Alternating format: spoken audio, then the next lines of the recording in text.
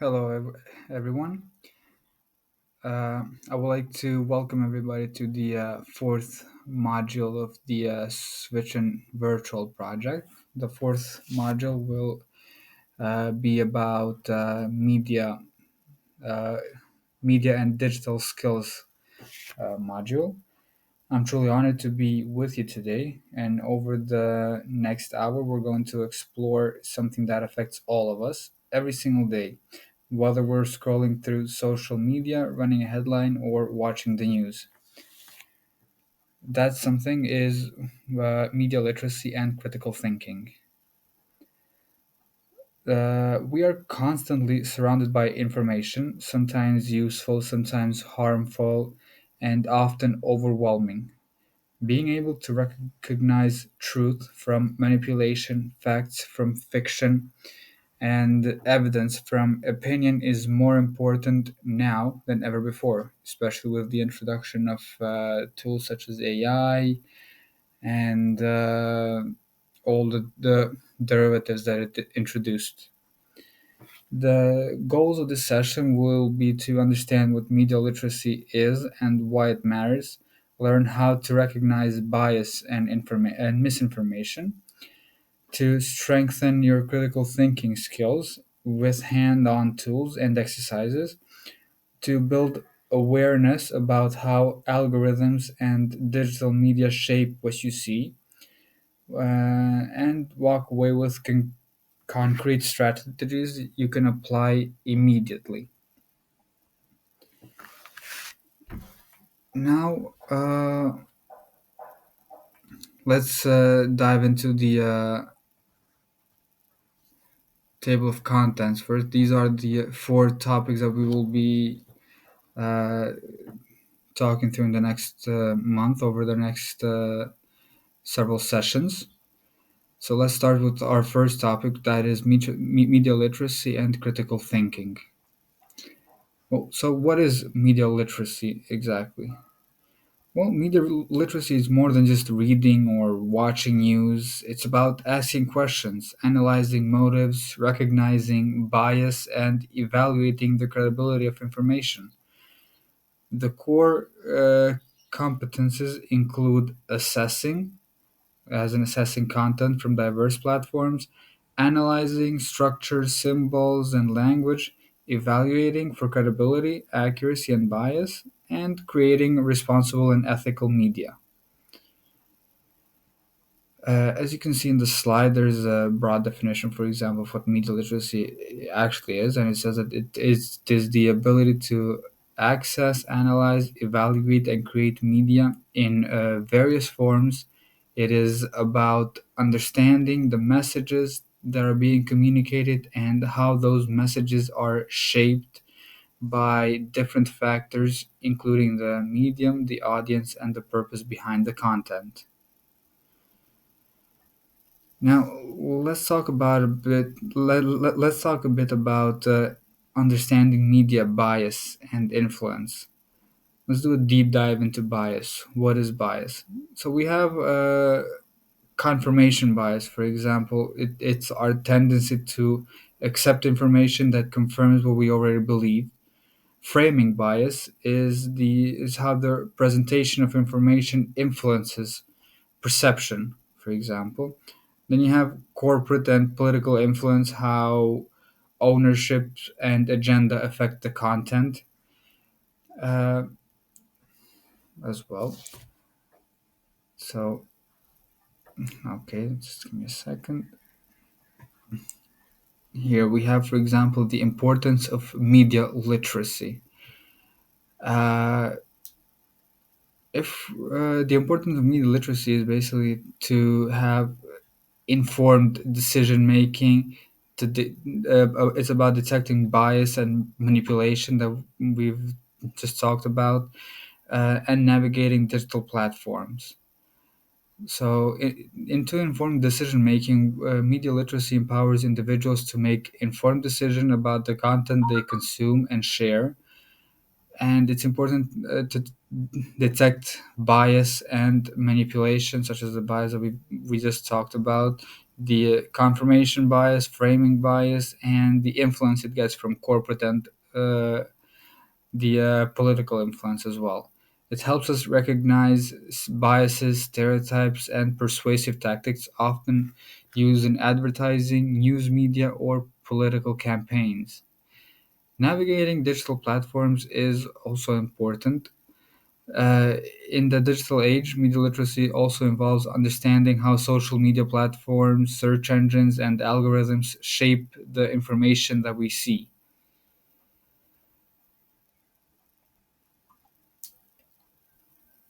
How media literacy relates to society.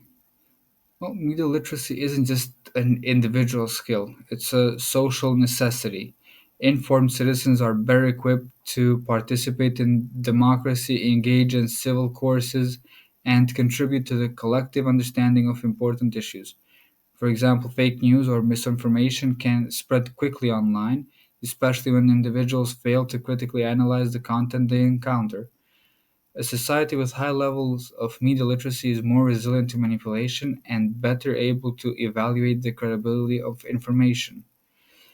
Uh, s- Seeing as there will be a lot of participants in this project from various countries, I believe that there is a significant. I believe that there is a significant difference between countries such as our countries in the Balkans, for example, and our belief in the news in the foreign news, as we are not really, as a lot of people are not really familiar with the topics or maybe the history of around the topic or the way that those information are being mispresented or influenced or represented as well. Uh, I believe, for example, that the shield against those biases, against those information, is lower in developing countries as opposed to, as in comparison, for example, to countries to a lot larger countries such as a developed Europe, basically. Let's talk about let's talk a bit about the role of critical thinking in media literacy. So, critical thinking is the ability to think clearly and rationally, understanding the logical connection between ideas, questioning assumption, and evaluating evidence before forming conclusions. In the context of media literacy, critical thinking is about questioning the information you encounter. It involves actively engaging with media content rather than passively absorbing it.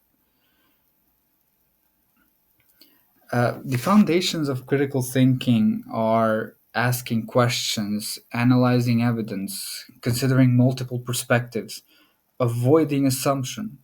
And it is vital. Critical thinking helps us pause before reacting emotionally. It empowers us to examine rather than absorb information, which is critical in a fast paced media landscape such as the one of this age.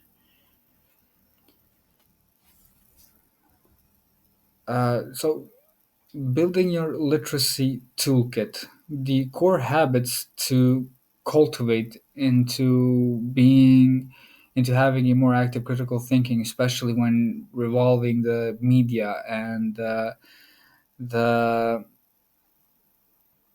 and media literacy, basically. The core habits to cultivate would be to question everything. Who wrote this? Why did they do it? What's missing, for example? Check the sources, known or anonymous, transparent or obscure, for example. Also, verifying images is very useful. You can use reverse imaging search to spot, for example, misleading photos, which are increasingly in this age. And triangulate facts. Compare multiple sources to verify those claims, for example.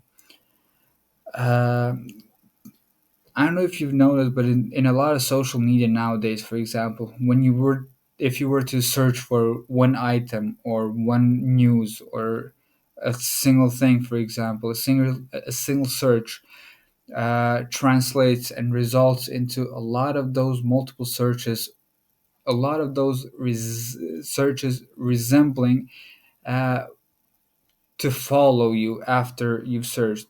That's because of algorithm that each of these social media platforms employ. So let's talk about understanding those algorithms and those filter bubbles, for example. Algorithms determine what you see online based on what you've liked, clicked, or watched before. This can create a filter bubble, a limited worldwide that blocks out differing perspectives. Uh, so that can be a bit dangerous, for example, because being trapped in that bubble, for example, in that filter bubble, can make it feel like everyone agrees with me, which makes debate, democracy, and understanding a lot more difficult.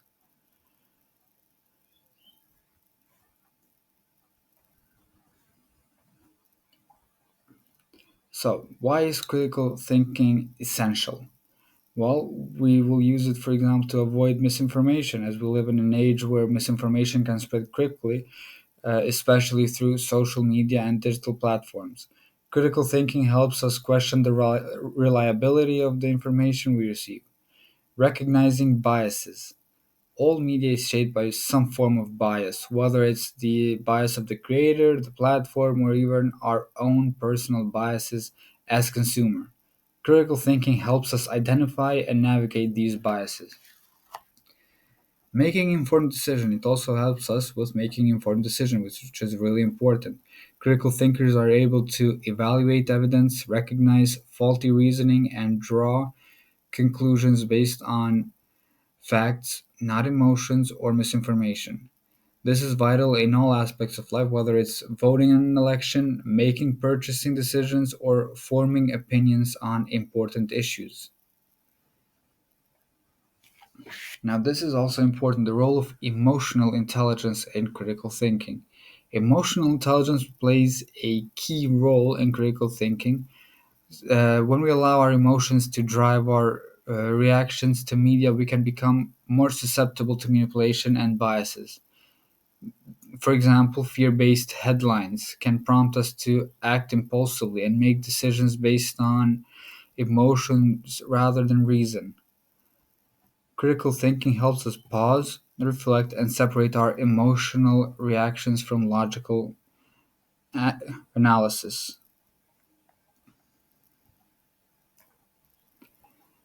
How can we develop our media literacy and critical thinking skills? Well, first is by assessing information. The first step in developing media literacy is knowing where to access information. With so many sources available, it's important to seek out reliable, credible, and diverse viewpoints. Use reputable sources, as we've talked about, to look for sources that are known for their editorial standards, for fact checking, and commitment to truth. To cross check informations, to always verify facts with multiple sources, especially when encountering controversial and sensational claims.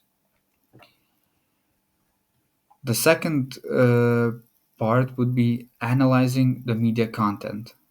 We've talked about the source, who created the content, what is their agenda and perspective, are they known for their accuracy and reliability?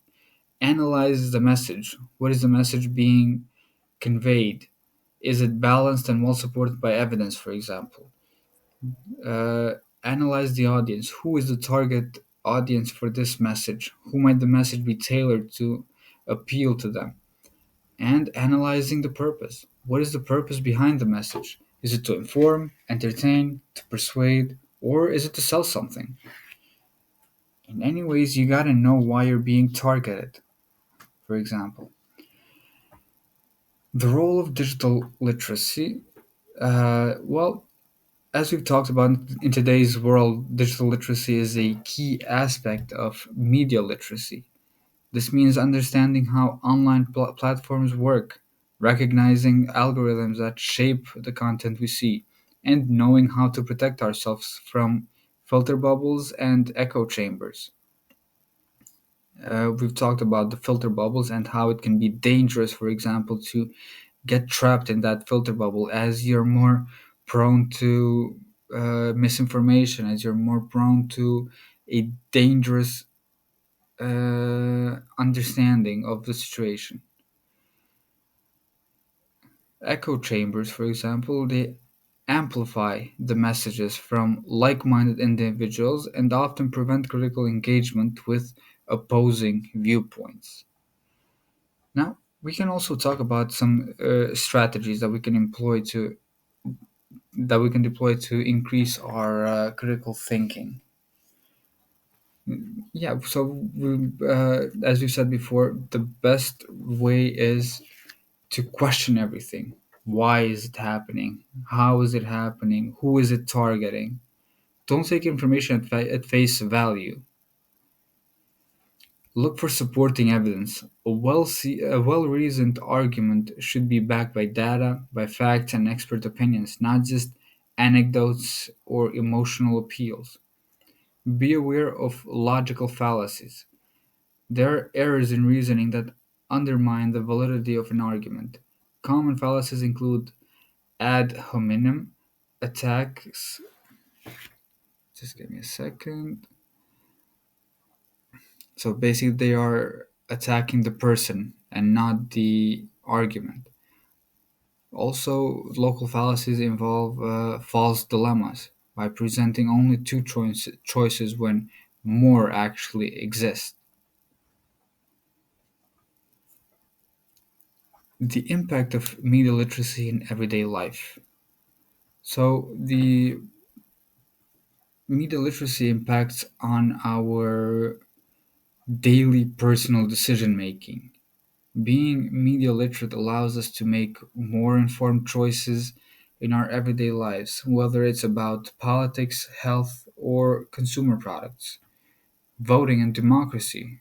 It's actually not much of a surprise to know that a lot of the political parties loc- uh, they use media platforms, social media to present biased and a lot of times misinformed content to get you to believe their side more, to make their side more appealing, when in reality it may or may not be, when in reality every single thing needs to be fact checked. That's why media literacy really impacts in our voting and in our modern democracy, let's call it that. Social media. So we all know social media. Everybody's got an account somewhere. Critical thinking is vital in evaluating the credibility of the information shared on platforms like Twitter, Facebook, and Instagram. It helps us avoid falling into the trap of misinformation or contribution to it by sharing unchecked content. Next, I will quote about the role of media in throughout the history. Let's call it that. Please Ideas. enjoy. They're everywhere. The earliest people on Earth discussed ideas around the fire. People began to make art to communicate ideas. Writing systems were created to communicate ideas. The printing press was invented to spread them. Radio, television, and the internet all came along and spread ideas. Schools were created to teach ideas. So, you spend a lot of time with ideas every day, but not all of them are good, and you already knew that. Maybe you've heard about Tide Pods in an internet meme, and if you haven't, that's not a bad thing. By the time you watch this video, you may be thinking, Tide Pods, that meme is so dead. And that is a good thing. Oh, before we continue, there's an emergency FactBot message coming in. Do not, for any reason, put soap or detergent into your mouth. Don't even pretend to do it as a joke. We feel we have to tell you this because people actually did this, and it did not go well for them. If you feel that your mouth needs cleaning, we recommend toothpaste. Sugar-free gum, mints, and other breath fresheners that are meant to go in your mouth are also good options. A good rule is don't do dangerous things for views from strangers on the internet. This concludes our emergency FactBot message. Why are we even talking about this? Internet memes are ideas that many people are familiar with. They start from a single source online that often isn't known and spread from person to person on the internet, sometimes going viral and eventually becoming known by millions of people. But did you know the idea of a meme isn't just about internet in-jokes? The idea of a meme is older than the internet. It comes from the word mime, meaning to imitate. Memes are ideas that are spread, whether or not we know where these ideas came from. Culture, knowledge, religion, beliefs, and language are all memes. They can be small or big ideas. Memes are alive when people still use and spread them, and die when they're no longer used or spread. Any meme can be spread. For example, you probably have a family recipe that has been used and taught for generations. But ideas that are false, unfair to others, and even dangerous are also spread in similar ways. While you know your family's dumplings, pierogies, ravioli, greblach, momos, empanadas, samosas, gyoza, and or Pop-Tarts. Pop-Tarts? Okay, Pop-Tarts are all good things, and it's pretty clear that eating soap is a bad thing. Not all ideas that are commonly found are that easy to judge. What might cause a bad idea to spread? What makes some bad ideas appeal to many of us? Why might someone spread a bad idea? How do we figure out which ideas are good and which are bad? Let's have a look at an example we know isn't true from a few years ago. In the year 1999, there was the Y2K problem. Y2K is short for year 2000, and this problem was about fixing a bug in many computer programs. Computers used to use two numbers, the last two, in their coding for the year in dates. So 1989 would have just been written as 89 in the old code. The problem was that after 1999, the dates in the old system would go from 99 to 0. And since 0 is less than 99, the bug in the code could tell the computer that it had gone back in time to the year 1900. This could have caused all kinds of problems for computers, and considering how much of our lives are affected by computers, this was a big but solvable problem. This problem also had a rather boring solution, which was for companies and governments to get programmers to fix the code. And so, everyone understood the problem and the solution, and nothing interesting happened. No, wait, there were some odd things that happened. While the year 2000 was approaching, some people thought that was a very significant number. Some people believed that electrical power and banking systems would fail, and hoarded supplies and built shelters to survive that. There are stories of people spending New Year's Eve in front of ATMs, hoping they would spit out free money. People paying for Y2K software checks on things like washing machines that didn't even have any software in them, and people preparing for riots in bunkers. Other people thought that Y2K meant the end of the world. Yes, literally, the end of the world. It's now well past the year 2000, so this shouldn't be a spoiler. That great disaster never happened. How did the idea spread that Y2K would be a disaster?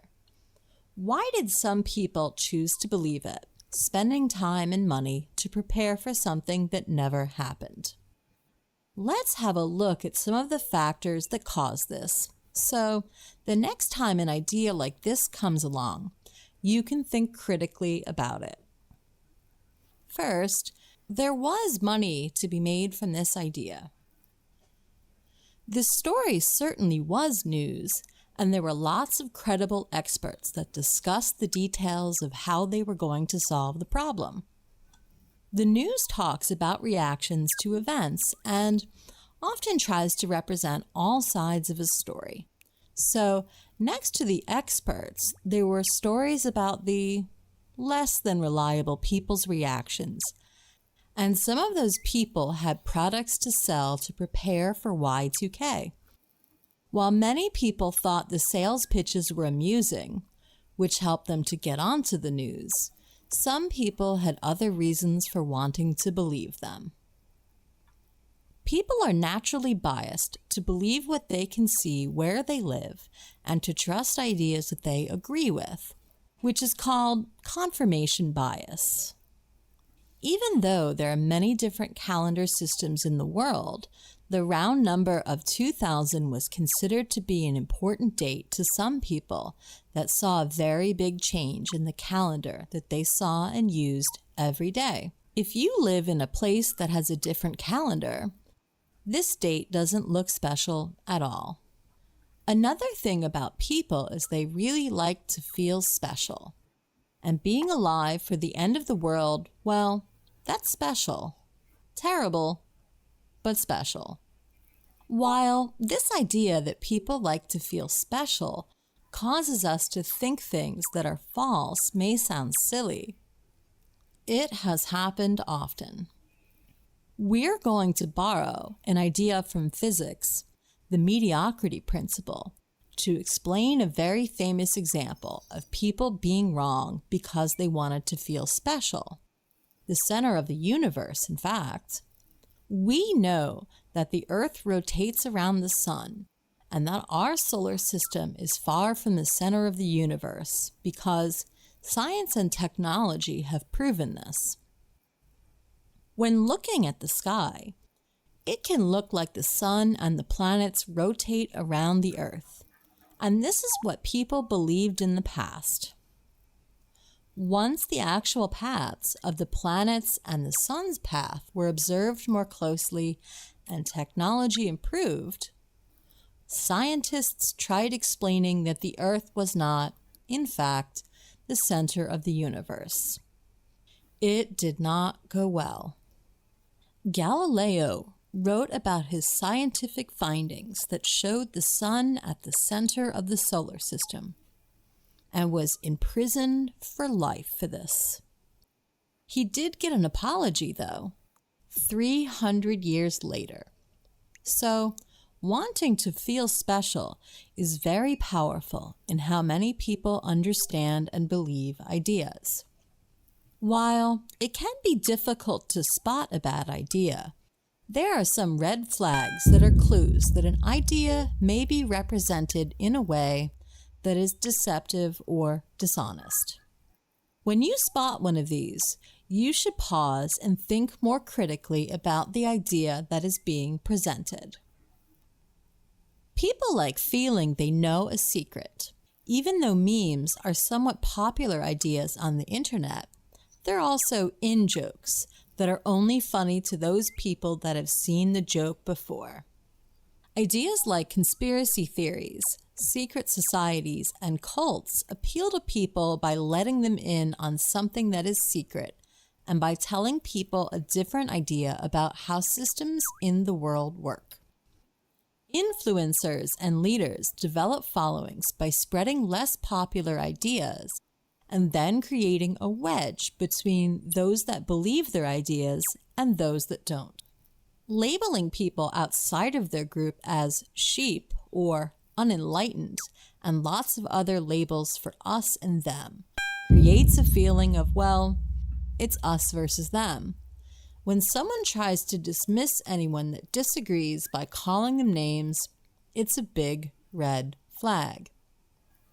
When looking at ideas, we also have to ask, why is this idea being shared? Education, entertainment, advertising, or internet clout? Sometimes it's easy to know what the reasons are for sharing an idea, as most ads have to tell you they're ads. But other times it's more difficult, and sometimes people aren't honest about why they're telling you something. And they can use anger and fear to provoke strong feelings in us. When people have influence, it is much easier for them to sell things, and the greater the influence, the more selling power people may have. While buying a t shirt or mug with someone's name or logo on it is pretty harmless, some of the other things influencers try to sell can mean huge profits for them and aren't always healthy or safe. When someone covers news about a problem, creates fear about that problem, and then happens to be selling the solution to that problem, that is a red flag. Just about any content with products featured in it should raise a red flag because influencers don't always tell viewers when they've been paid to promote something. We call people online that have a lot of followers influencers because they do affect the opinions of a lot of people. As viewers watch and follow others on social media, they can feel emotionally connected to them, look up to them, and want to be like them. While you may never get to meet someone you follow online in person, you can dress like them, eat like them, and buy all of the products that you can afford to try to be closer to them. Even content that's hashtag not sponsored could still have been given to an influencer for free. So, before you buy an expensive item thinking it'll make you similar to someone online you admire, know that they may not really like or use the product at all off camera. It is also possible to say things that are truthful but still argue for something that is wrong. Let's say someone has taken candy from a baby, stolen it really. This is known to be easy, but if it's not your baby, it's wrong. Media may try and give the person that stole the candy a chance to speak in order to be seen as showing both sides. Even though that person could say, "What about sugar being unhealthy? Doctors agree that too much sugar is bad for health. More people are getting diseases related to eating too much sugar. It is bad for teeth, so isn't taking the candy a good thing?" But wait, isn't the problem about stealing, not about sugar? Changing the subject, often with a "what about,"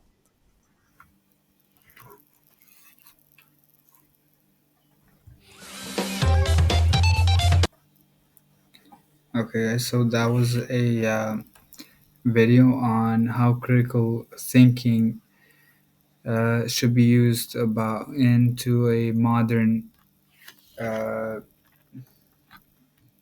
media research, for example.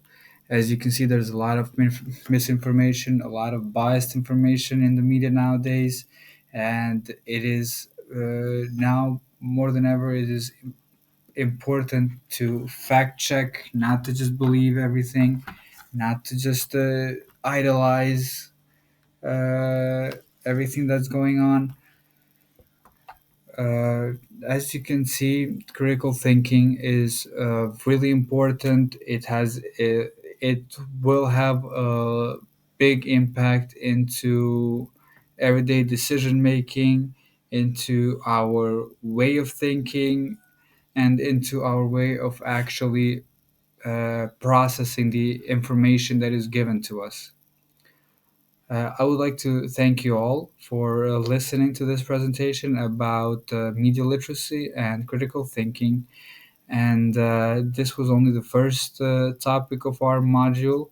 And I will hope to see you in our next module, which is into our next topic of the module, where we will talk about the digital skills for the modern world. Thank you, everybody.